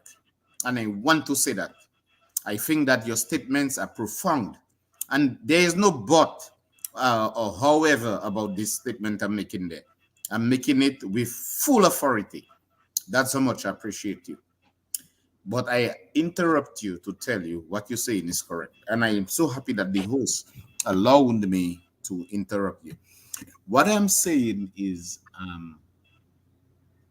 I think we should focus on what we should do. What do you think about that? And I am asking you because I want to lean towards your knowledge. Yes.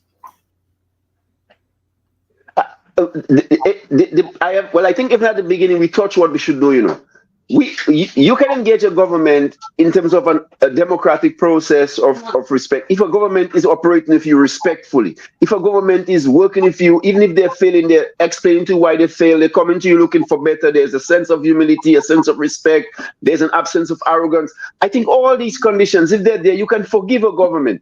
But when you have a government that doesn't present any of these things and is still not giving what the country can give, especially in an excess of capital that we've never seen, I think that neutralizes your need to want to be cordial with the government.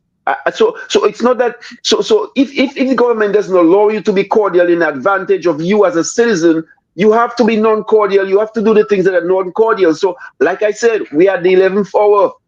To me, the point of forgiveness of this government has passed. This government does not even ask for forgiveness. It doesn't even acknowledge its mistakes. I have never seen that. Such great mistakes in the country. And not one time has this prime minister come and said, I am sorry. Never. Not once has he come to the people and said, we made a mistake. Well, my brother, maybe he's not sorry. Maybe arrogance. Yeah, maybe we had the point. Arrogance. It's pure arrogance. I mean, come on now, Mr. John Blanchard. I mentioned Argentina. Yeah. I mentioned Nicaragua. I mentioned Cuba. I mentioned Dominican Republic. I mentioned Grenada. And then I mentioned Dominica. I think this is getting out of hand. It is. Right, and that's my view. And that's why I said earlier on that the monies that we're getting from the passports, all the billions of dollars, right? Because that spoke about the economy. And I agree with you. that this money should be placed in the areas that are more productive. So if you pump in money into agriculture, you help the farmers. You build their feed the roots and so on, fertilizer, whatever they need, necessary tools and equipment and so on. You will see Dominica producing much more agricultural produce and we will be able to export. That is one thing I hope. I pray to God, Jesus Christ, Mary and Joseph, that Midcliffe would do, that they would, that we would. Let's take a call. Hold the fort for a second, because this caller has been trying for some time. Good evening, caller. Oh, sorry, it's gone. It's gone. Go ahead. Go ahead. Yeah, I was just saying that I really think that we as a group can write a letter to the UN, and say what has happened to Salisbury. What has happened to Salisbury, Mr. Blanchard, Mr. John Blanchard, and Mr. Zed Lloyd, it was a crime. I say that with every authority. I am not criticizing the government. I just think if the people were petitioning the government for their roads, for their farm roads, and how they stand up, and I heard how they spoke in the streets, and they said that we're paying taxes and with this and that, and they were cried. I felt very sorry for my people, and for that I will stand for. And I believe that the United Nations should know what happened in Salisbury. It was not good. It was not good. What happened there was a travesty. They shot them and they tear gassed them. That's what happened. I finished up. Mercilessly, too, eh? Mercilessly. After 3 in the morning, people have sound asleep. You have children. You have again. You have to again. I say that with a lot of respect. You know, what you have to realize is you had people that are elder. Like, okay, consider my mom, my brother. If you tear gas my mother, you're looking for trouble from me. You know, if you trouble my child or a baby, and it hasn't got to be my child. It could be anybody's child. You're looking for trouble. Mm-hmm. And what they did there was bad. Inhumane. Okay, so take some more calls. I hope some. Yeah, it was inhumane. Yeah, extremely so. You have sick persons there, elderly persons, children, babies. I mean, these guys were heartless. Heartless, and still drag the people of Salisbury to courts. I mean, what kind of government? I mean, who does that? What kind of government do we have? Come on, man. Let us have a little musical break, and then we will be right back. You want to play Farmer's Daughter? Yes. You put me in a marriage.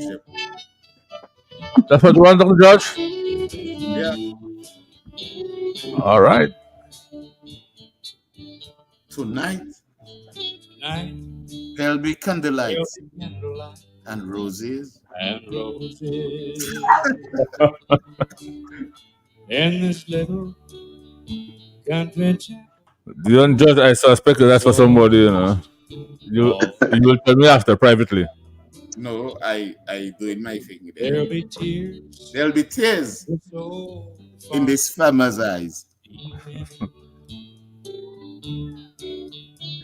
When I give my one possession to that city born town, his hair, his ear, is just a little longer than I'm used to. But I guess I should find something else to say about this man who says he loves who? Farmer's daughter, and will soon be my son-in-law today. Mama left 8 years ago, December. It was hard to find. Mr. Host, you can do one. All right. Yeah. Sounds very good. But we have to move on. I just I'll ask Dr. Dion George privately who is that farmer's daughter he's talking about. All right, folks. I would say that we have been a very good program and people are enjoying it. We talked about God. We talked about the presidential debate. We talked about what is the quality of life of Dominicans. We talked about electoral reform. And we also went around the country. Yes. Yeah, and we also talked about Argentina in 1976 to 1983. We talked about a little about the U.S. voting system. Yes, absolutely, we did. So we covered quite a bit tonight. Indeed. Cuba and this and that. And now you asking me who is the farmer's daughter? I thought you did the question, man. Okay. So anyway. That's okay. You will answer me privately. That's cool. All right. Thank you so much. All right. It's now 7:55, folks. Guys, we have to wind up. There are no calls coming in. But I think Bernard Allen was trying to get in, but I'm not seeing any calls coming in this time. So, but I said you could continue. You're doing very well. You're getting quite a bit of praise. And look, I have one comment there from Sarah Abraham. We'll probably just read it quickly. He said, Dr. George, greetings. I would have had the whole of Dominica with Dr. Andre also sit in the forum, listen for days. We must overcome. Said Lloyd, I love your passion. We in the travel emergency everybody select righteousness and justice are the foundations of this throne. Amen. Real talk. Yeah, so we're going to talk. It's good vibes. You know, John. I think I would this. Brother George talks about the God thing very often, and the sister just mentioned. I think that's one of the things that troubles me with my country. A nation that is so enshrined in the God concept, so enshrined in the God construct, so enshrined in the God worship, so enshrined in the exaltation of God. I do not understand. To me, I keep asking Dominica, why doesn't Dominica reflect the power of God that it talks about? And let's just give me a minute. You know what I'm saying? Like to me, Dominica is the prime country that should be reflecting the ultimate power of God, because Dominica wouldn't even discuss Israel. Let me finish, Dr. George. Give me a minute. Let me finish, Dr. George. Hold on, man. Hold on. Look. Yeah, go ahead. Go ahead, brother. Okay, what I would say is you have to realize we just had about 3 people. We have Alec Afanez. We have Hodge. We have the girl Lafond. We have the farmer's daughter, nephew. His name is Louis. Mm-hmm. I am telling you, Dominica is doing very well. And in spite of the fact that we have not realized what we should realize, we are doing well. And I think that what we have here on QFM tonight is we have a voice. And that voice is important. And that's why I'm willing to support it. I'm telling you, my brother, I love you. And when I say I love you, I mean it in my most sincere way. I think we have a voice, and I think we are talking truth. I don't want to use poems and say we have truth to power, and I'm listening to that. I really want to just say that we are saying what we really think that we were taught and that we were trained, and that's what it is. And I really think that people like Mr. John Blanchard, to make his sacrifice to come there and to give us that voice, I think is very admirable. And that's my view. I don't know how you think about that. Thank you, sir. Let me just read a quick comment again from Bernard Allen. I think he's trying to get in there. It's not been successful. And I say that this government has enough professionals, both in their support groups as well as in the public service, to understand the way the economy works. They don't wish to have the people able to support themselves financially, but rather wish for the people to remain dependent. Therefore, why would they give you an economy within which you can strive? Dominicans need to understand that our economy is on the edge of the cliff and that we now Well, are anyway, moving my into. God have mercy. I'm so sorry to be rude. So I just a think, quick thing for you. I'm so sorry to be rude. I think I have to intercept. First of all, the government needs to know that what is economic policy and how does a country work. And really, I'm serious about this, It's really how it works. And there are persons who are what is called statesmen, that they are not politicians. They are not persons who can run an election because they have nice dimples and they can win. No, it's because they understand how theory works, and theory goes to policy, and policy goes to decisions. And I mean that. I mean that in my most sincere way. And that's just my humble view. I think we have a voice here at this media, and I really hope it continues. And that's just my view. Well, Dr. George, Brother John, I think they're already saying this very same thing. What you say that the government has enough professionals, both in the support groups as well as in the public service, to but understand you how see, this works. So he's basically saying the but same thing. but brother Blanchard. Yeah, that's why I keep saying, right? If the environment is not functioning as a collective, those things do not. It is the premise of governance that is the issue. The premise of governance under the Dominican Labour Party is not a collective premise. So it doesn't matter what these people are and what they are. These people are not involved in the decision-making process of economic building in Dominica. The government does not function that way. You see what I'm saying? These people are instead of being like at the premise, at the table, where the premise is being established, these people are all end decisions. They hear the decision of the government.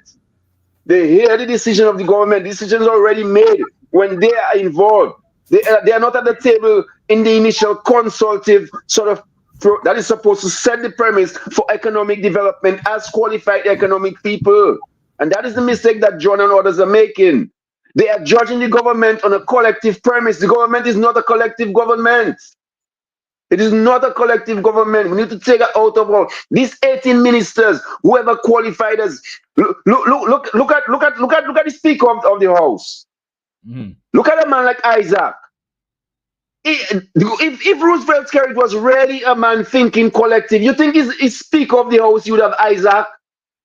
Isaac was the prime person to bring and be a developmental minister. Your point there. No matter what, whether he crossed the line and he's Judas and he what and what, at the end of the day, if you have Isaac in your government collectively, you're supposed to have Isaac in your developmental, position. Yeah. With a level of independence to development, infrastructural and otherwise. Look at the state of our public roads. Look at the state of our thing. You have Isaac as speaker playing like a boom fly rolling in parliament. You know what I mean? A total misuse of the potential of the brother. Whether we like him or not, that's irrelevant. Mm-hmm. You understand? So I want to tell Arlene and these others where they're making that mistake. They keep having this collective conversation about this government. This government is not a collective government. And that is the problem. That is the problem. Which is why this conversation should not even be about election and none of those things anymore. This conversation, if it was really where it's supposed to be, is about just removing that government. Election or no election. You're making a very good point. And just to add a little to what you said, there are also a number of other ministries where you have square pegs in round holes. You have guys that can do the work, qualified, experienced guys. You have them. You sideline them, and then you put your party hacks in certain positions that can't do the work, and that is one of the big problems we have here in the government. Joke. Yeah, big joke. Guys, we have to round up though. It's 4 minutes after 8, so a few closing comments from you guys the next few minutes, and then we'll be out of here. Well, what I can say, I think Mr. Zeb Lloyd is very astute, with his positions. I will say, however, I don't agree with every position, and that's fine. There are things that we did not cover tonight that I would have liked to cover. I would have liked to cover the debate with Donald Trump and Miss. Yeah, and I think that was something that we should have discussed. It was not part of the thing tonight, anyhow. So yeah, and that's fine. Yeah, but I would say that I do have a lot of respect for Mr. Zed Lloyd, and I think you are a very good host, and you give us our fair time where you allow us to interrupt each other when we feel the need, and that's fine. Not in any combative way, but in a very progressive way, and I like that. And so I took some time off my work and some time of taking care of my mom to do that.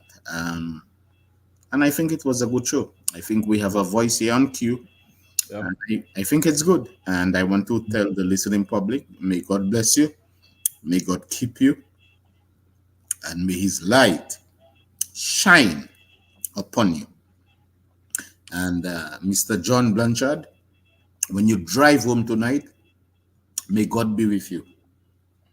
And Thank Mr. you. Zed Lloyd, may God be with you too. Thank you, brother. I wish you the same, God bless and Thank you very much, Mark, say and hi to thanks mommy as well. and keep doing that good work, John, I just want us, all I would like to leave with the people is this is the 11th hour. It is the 11th hour, and we need to function within an 11th hour mindset in this 11th hour. We need to stop waiting on Roosevelt's carrot. I think it's time for a minimization of Roosevelt's carrot in our conversations and our critique. I think it's time for us to start thinking beyond Roosevelt's carrot. Dominica, beyond Roosevelt's carrot. I agree. Peace and blessings, brother. Zed, before you leave, you must listen to that last comment from Gerald Vital. He said Zed Lloyd is an optimistic radical. And Yeah, I think he's a radical. Yeah. of his deliberations. And I agree with that too. I endorse that. Guys, let me thank you all for the time that you took. Very good looking in the program. Let me thank you all for your time. I mean, I know you guys are busy guys. You have your thing to do. For being here this evening and for the great contributions that you both made on the program. And I do hope that you can be back here very soon. Our next program will be on the 27th of September, because it's the second Friday and the last Friday in the month.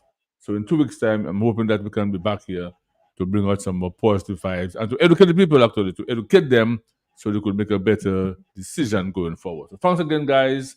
See you guys very soon. God bless. Yeah, man. God bless. God bless. Mr. Blanchard, if I may say, I just want to tell you, you are a very good host, and I'm trying. Yeah. Thanks. Yeah. Okay. Good night. All right. Take care. Bye bye now.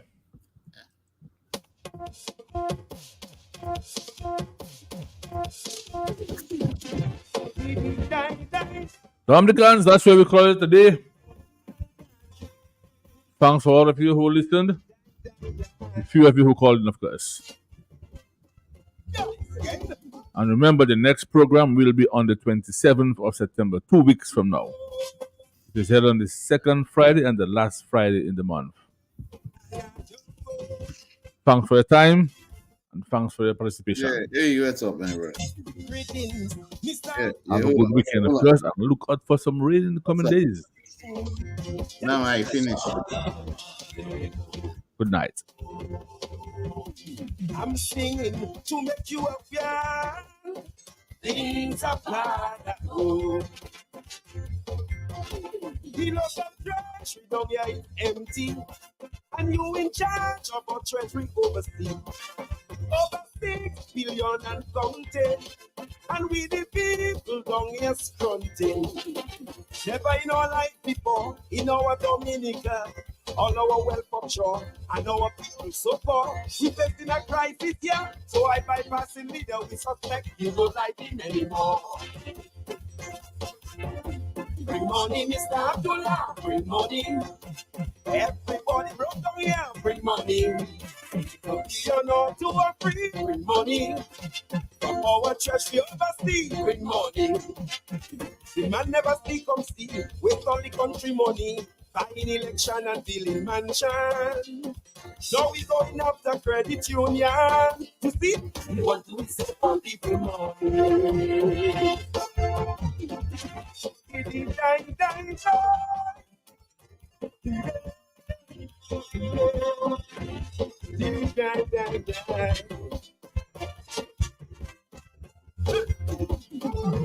I got you.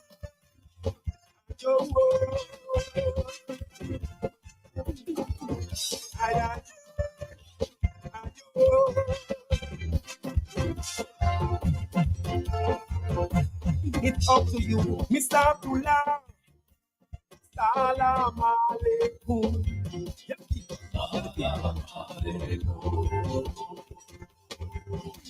Corruption have citizens falling on electoral reform. Government owing everybody.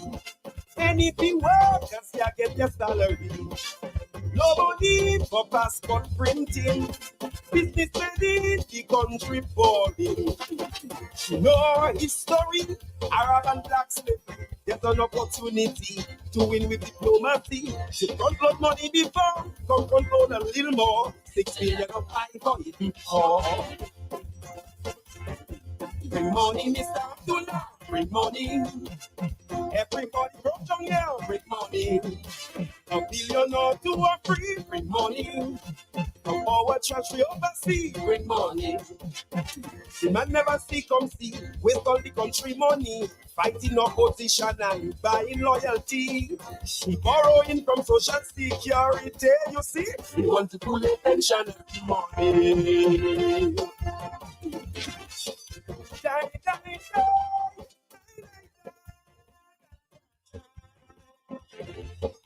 Da, da, da.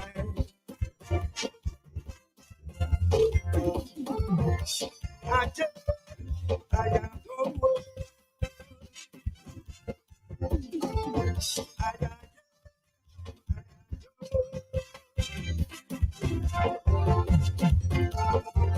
This is a warning, Mr. Abdullah. Salam alaikum.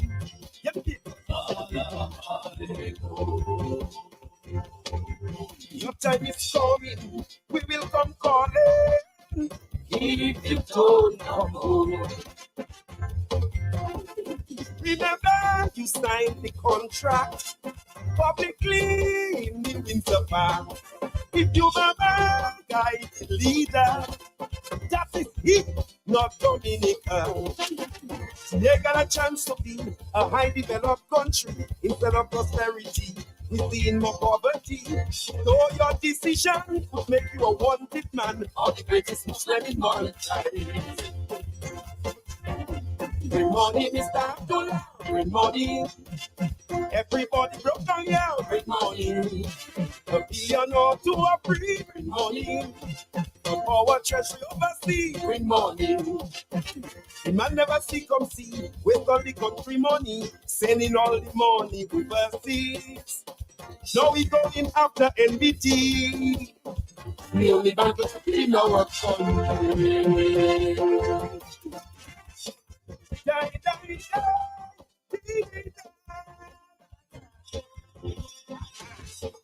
die, die, die, die. Come on. I got you.